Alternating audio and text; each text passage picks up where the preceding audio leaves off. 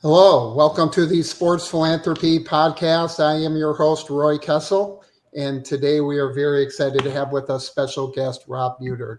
Rob is going to join us to talk about the amazing work he's doing with Warp Corps. And Rob, thank you for taking the time and joining us on the show today. Great pleasure to be with you today, Roy.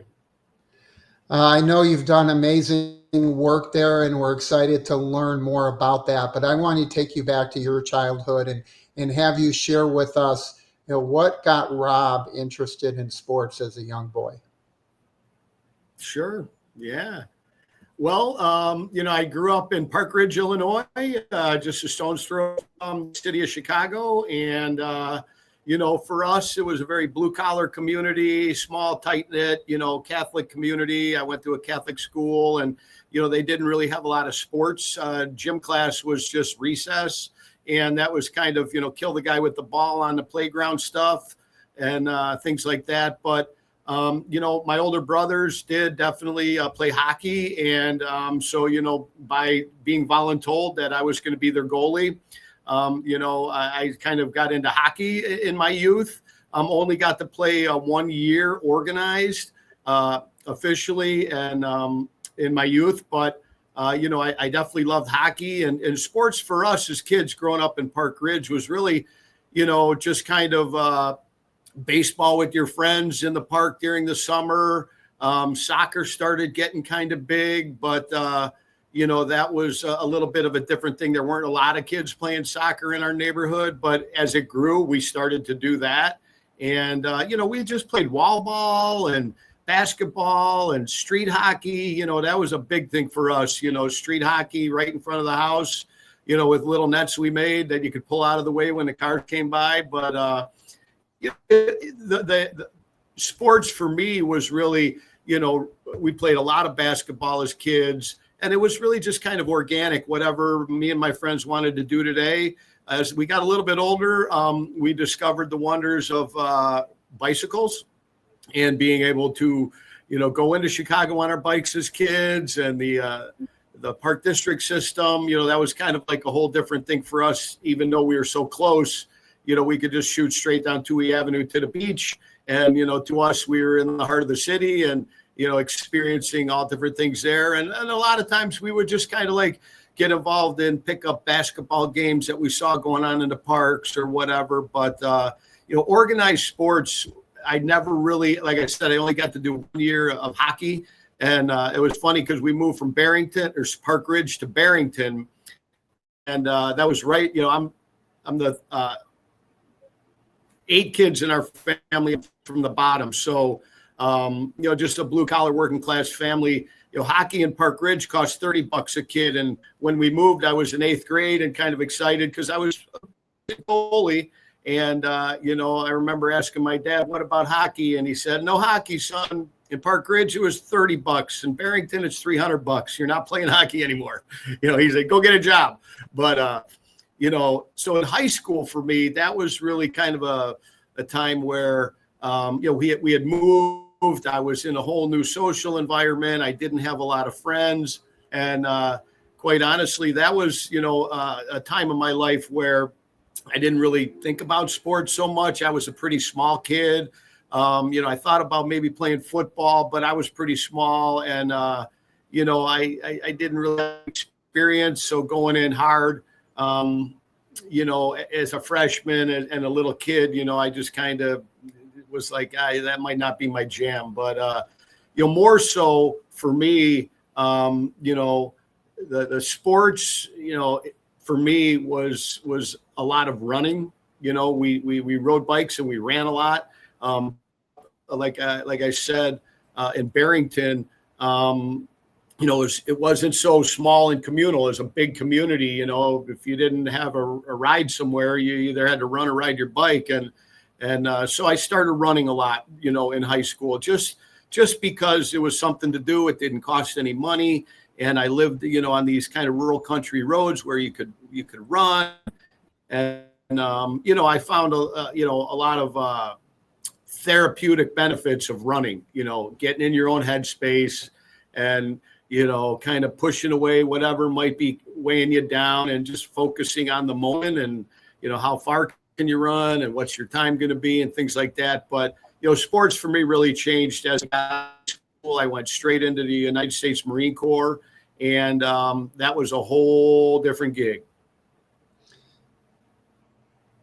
Yeah, I'm sure that was a very different environment. And you touched on so many critical points there. The cost factor being one of the big things. You talked about going from $30 to $300. And in today's world, travel hockey is usually $10,000 plus per family. We recently spoke to some families that were telling us how much they were paying for travel volleyball, and it's $18,000. And somebody else that was telling me for girls softball, and they were paying close to $30,000 to $40,000 a year for all of the travel and the tournaments and everything they're doing. And that obviously is very restrictive in terms of the number of kids and families that can compete at that level. It's a different world from what you described growing up, which was similar to me in Madison, Wisconsin, which is when school was done, you'd go out to the field. I happen to live across from an elementary school, so we had tennis courts, we had field for football or soccer. And you would be out there until it was dinner time, and somebody's mom would open up the door and yell, "Dinner!" and everybody would go scrambling home, right? But you were out there every day playing sports, not in a organized fashion, not in a, high price fashion, just pick up sports and throw the ball around, and ghost runners that were running from first to third, and, the whole shebang, just of having fun and making up rules as you go. Right.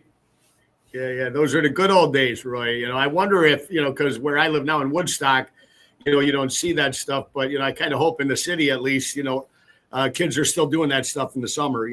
It's almost timeless. You don't need a lot if you got a park. You could play football, whatever. Yeah, it's hard. It's become in that over professionalized sense. Everything's organized by adults, and the word play has sort of gotten lost because now it's everything organized and structured, and you don't have that opportunity. So, right. You talk about growing up and things like that, but take us through briefly on your career in terms of, college and beyond, and what ultimately brought you to Warp Corps. Sure. I went into the Marine Corps. I knew college was not really going to be my thing at that moment in 1981, 82, when I graduated high school. Again, I had a big family, and my younger brother was, he's an Irish twin, 18 months younger than me. He had an interest in becoming an engineer and talked about college. And so I kind of just looked at it like, it wasn't my thing anyway. I did not thrive in high school very well. Those were the tough years for me, struggling with all the things that young kids, face back then. But, I was kind of like, if my dad's got any dough, I had about sophomore, junior year in high school, I started getting pretty interested in the military. My father and all my uncles were World War II veterans. I grew up, with that influence in my life of duty, honor, these things, serve our country. And 7 days after I graduated high school in Barrington, I was in San Diego, California, getting my head shaved and, standing tall and going through the process of becoming a Marine. And I had a wonderful job in the Marine Corps, which allowed me to kind of really take full advantage of military experience. And that's when I really started realizing, man, did I screw up in high school? And, I always say I kind of learned math in the Marine Corps, because my job, I scored good on the testing going in. So, my recruiter, hooked me up with a really good job in supply administration and logistics. And I ended up actually just kind of being the battalion accountant because I did okay in the schooling. And, but I really learned the value of many things in the Marine Corps.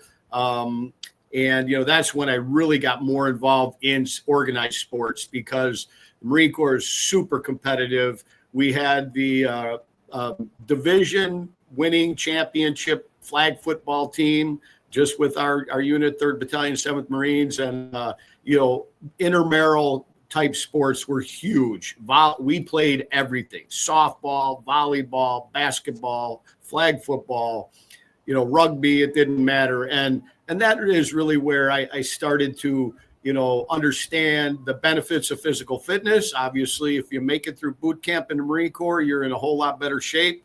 And, then that allows you to continue to work on that and expand on your physical fitness, throughout the rest of your life. For me, I still take advantage of the things I learned there. But, the Marine Corps taught me a whole lot about, work ethic, business, understanding, finance to some degree, logistics and supply chain management. And that led me to getting out of the Marine Corps in '86 and coming home to work with my father and my brothers in our family business. He was a small manufacturer of display racks in Chicago. And by the time, I got out of the military, he had moved the business up to Belvedere, Illinois, just outside Rockford. At the end of the day, my dad was a country boy at heart. Even though he was born and raised in Chicago, he wanted horses. And so, we were able to see him get, his happiness through having some horses. And, finally the business, making a few bucks where, he could live a better life. But, I worked 27 years in the family business with my brothers. My father passed over 30 years ago. So I did have a fairly short tour of duty in the business with my dad as the boss and our leader. But we're a very close family. And, for me and my two of my brothers to get the business when he passed and make sure my mother was taken care of, that's when we really, went into overdrive to grow the business, to really maximize this opportunity that my mom and dad gave us. And it worked wonderfully. And again, through that also, I continued my passion for fitness and sports. About 5-8 years in, I was put in charge of our whole division of our company. And that was our final, packaging, assembly, shipping, and fulfillment, the distribution side of what we do. And we employed fitness. I made, my entire staff do morning exercises because, we're about to do heavy lifting all day. And I had to make sure my people were, sound mind and body, ready to do this work because, once the machine turned on, you had to perform and that was day in, day out. There's always a sense of urgency to everything we did because, there's a customer out there giving us this work that needs these fixtures in a store by a certain date. And there's just no not delivering. So, fitness was a huge part of that as well. I mean, we literally had morning formations, very similar to what I did in the Marine Corps, stretch out my people, check their temperatures, make sure everybody's good, the leadership role, making sure, your people are good. In the Marine Corps, they always taught us, it's not the mission first, it's your people first, because without your people, you can't get the job done. You won't accomplish the mission. So we were always, a little bit unique manufacturing space. But, we started intramurals internally in our company as it grew. And we were always playing basketball, flag football, and volleyball nonstop. Every Friday at the end of the week, we had a big grass area in front of our warehouse. So we would go out there and be doing something. And it was, team building and all that, but also just the emphasis on staying physically fit. Because if you're not, you're just going to struggle. And, that led me fast forward to a little bit more of a shift into what I call adventure sports, extreme sports, whatever the term is today, but mountain biking, wakeboarding, and water skiing, and skateboarding. That was a huge turn in my life. I skateboarded as a kid, but it was a whole lot different in 1978 than it is today. And but I really saw the value of it. Riding off-road skateboards, they call them mountain boards. These were things that really, really in my late 20s going into my 30s, I kind of became addicted to. I had my time with drugs and alcohol in my youth, and in the Marine Corps, you drink. You're supposed to be a hard guy and a tough guy, and you drink and drink and drink. And when I got out, I realized pretty quickly that the booze was becoming a problem. And, very good friends of mine were kind of telling me, hey, man, kiss off. We got drunk last night and, whatever. But it was pretty easy for me. And I had a phenomenal support system in my family and friends around me. I just, nothing bad happened, but it was getting out of control. And I knew, again, with the discipline I learned in the Marine Corps and from my good Irish Catholic mother, most everything you do is right here. If you need to go to meetings or recovery or whatever, do it. But, quite honestly, I met my wife of 36 years and that was the only motivation I needed to quit drinking. But it allowed me to really, sometimes in addiction, we if we get sober, we can transfer that energy of addiction to a positive. And certainly I did that to the full extent I could. I realized, these action sports I was starting to get involved with and, got pretty good on a snowboard. And we started going out west of Utah and getting into some pretty gnarly stuff. It's a challenge and you can't do that stuff drunk and high. You just can't, and it was, just another way for me to kind of get my adrenaline buzz and without, having to use drugs or alcohol and the best decision I ever made in my life. But it did really teach me a lot about doing extreme sports. If you can't go in them, half cocked, you have to be physically and mentally fit. No different than any athlete walking onto a football field or a basketball court, even at the amateur level or school level, you got to be ready to go or you're just not going to make it. And, those are, things I learned through my life of, what I just call adventure sports. Because, if it got my blood boiling, I'd give it a try. If it was a board, I would try and write it. If something there that, I thought would be cool to learn how to do, I gave it a shot. And really that's, taken me through my entire life. And certainly later in life, I started to use a lot of yoga. My wife is a career yoga teacher and has an amazing studio right here. But, learning, more, constantly trying to continue to learn how to be better, nutrition, fitness, yoga, yoga really at the end of the day for me was just stretching in a better way to make me a better person and a better athlete in the things I wanted to do. So, it got crazy fast when I got the bug for all things adrenaline sports, I'll call them. So Rob, tell us how you came up with the idea for Warp Corps and what made you dive into that.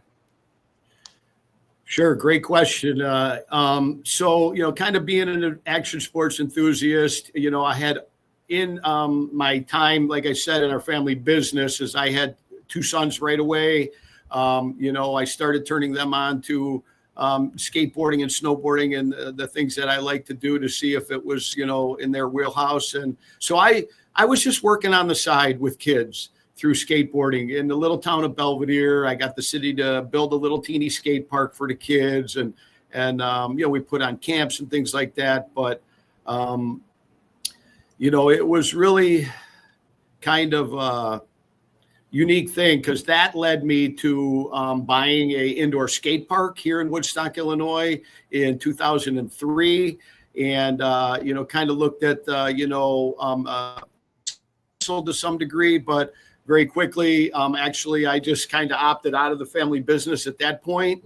I was 40 years old and, struck a deal with my brothers and was able to, kind of try and take this indoor skateboarding thing to a new level as far as mentorship and working with kids. We produced 3 of the top pro skateboarders in the country and even in the world that came out of our park through our training programs and our summer skate camps and the emphasis we had on fitness. My wife opened her first yoga studio in that building, and I started these young kids doing yoga to be better athletes themselves in skateboarding. And, just things like that. But that the Great Recession in 08, 09 pretty much knocked that one right out of the realm of keeping it open. So, I had to close it in 2010. And I just went back. My brothers were kind enough to basically, I always said, give me my same job back with half the pay, but that's okay. And, through that, That led me, another 8-9 years in my career there. But I retired out of that 2017. And that was the same year that, a wave of tragedy struck our community and me personally. We had a young man that was a phenomenal skateboarding athlete, and he had joined the Army, and we lost Ryan to suicide. Unfortunately, 3 months before he was due to be discharged. But through that process, I learned of the opioid epidemic in our community. And, that was just like a kick in the gut to me, Roy. I just couldn't believe this many kids that I knew, 5-8 years ago were now either dead or completely in the throes of addiction and or in prison because of these bad choices and these things they got involved with. So, I really took a minute and I took a step back. My sons were both high school football players up here at Woodstock North High School. Jeff Schroeder was their coach at the time and a phenomenal human being. And I just called him and I said, "Hey, Jeff, I need a little bit of your time. I got to find out the real deal. How bad are the drugs? What's going on?" And that led me to about an 8-month process of educating myself, getting aside, stepping aside from the emotional response to several young people I knew through skateboarding that were gone. They're dead. They're not coming back. But that, I couldn't really, go off of emotion. You and I both know emotion is going to get you so far, but facts, data, information is what gets to a space where you can make the right decision. So I did all that. I started networking with everyone from our state's attorney down to local substance abuse professionals, mental health professionals. And really, I learned that, physical health and mental health are one and the same. And I started really realizing that there's a whole lot of talk about mental health and the struggles that youth are experiencing today. COVID kicked that thing into the stratosphere as far as mental health for young people. But what I saw that was not there was the tie-in from physical health to mental health. And I learned in the Marine Corps and even in other things I did in my life as an adult that, if I'm feeling down and I'm feeling depressed, go work out somehow, some way. I don't care if it's jump rope, ride a skateboard, climb a tree, run. It doesn't matter. But the more physical activities I did, the better my mental health got and stayed. And, we've all had our times where I drifted away from fitness for a little while. Maybe I had an injury that, the recovery took longer and I got a little bit out of shape and gained some weight. But, going right back to it without any second thought to, getting back in shape, crawl, walk, run. Maybe I got to start again on a stationary bike before I'm pedaling or whatever. But, I saw the value of it big time. And I saw the lack of, focus in the mental health space here locally anyway on physical health. And in the last couple of years, we are funded with grants through our mental health board at the county level here in McHenry, but very little emphasis on physical fitness, getting these kids up and moving. And as I started Warp Core in 2017 in my basement with, my brother, who I worked for my whole career, and he's a business guy more than I am, with his guidance and understanding of things that I might not be thinking about or prioritizing, from a business standpoint. And, but it grew quick, with a prevention through engagement is our motto. And engaging these kids, we're 7 years out. We're coming up on 7 years in bricks and mortar in this location I have on the Woodstock Square. But, everything that we do with kids is always a positive. There's no politics or religion in our programming or messaging. I always say respect, but that's not in our wheelhouse. I totally respect wherever somebody's at on those issues, but it's a really fast way to lose a 12-year-old kid. If they're not raised in a house that has those things as a part of an influence in them, we'll lose them. And we're not here to lose kids. We're here to try and help and save kids. And they need a lot of help right now, the same as they did when I started. But every physical fitness related program that we put together was a success. every single one.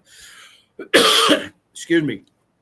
I mean, we now have weekly skateboard classes that I still teach kids every Saturday. It's a free thing. We have a little gym I built in the basement of our building with a speed bag, heavy bag, free weights, a weight machine.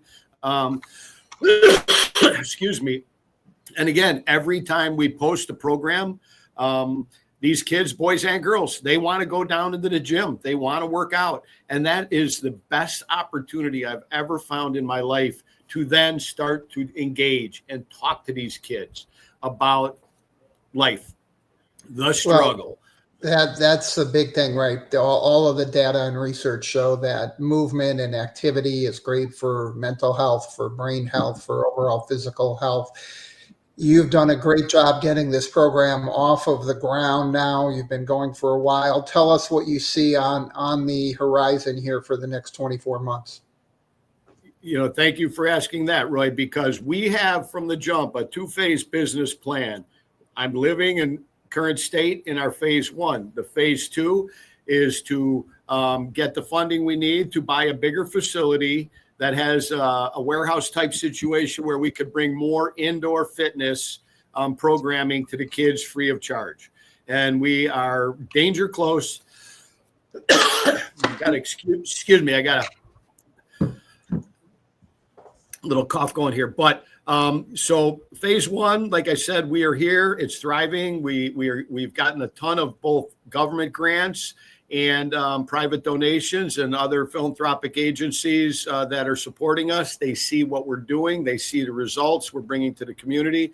But our phase two is the big, that's Mecca for Warp Core, and we've never been closer to getting it. But even with the grant money we have that we're going after right now, and we will know within a month from today how much, if any, we get. I got a pretty good feeling we're going to get some dough. We're swinging for the fences on that one, but that's how you succeed. And, all they can do is offer us a little less. And, then we got to just continue to expand our philanthropic side of trying to raise some money. We are in a capital funding campaign, the early stages right now, because we will need a few more bucks to get this facility operational. We've identified the building. We're dead on. I know the owners are friends of mine. They're going to work with us, but we're danger close to making this dream I had, 10 years ago a reality. And that would include a plethora of indoor activities, fitness-based.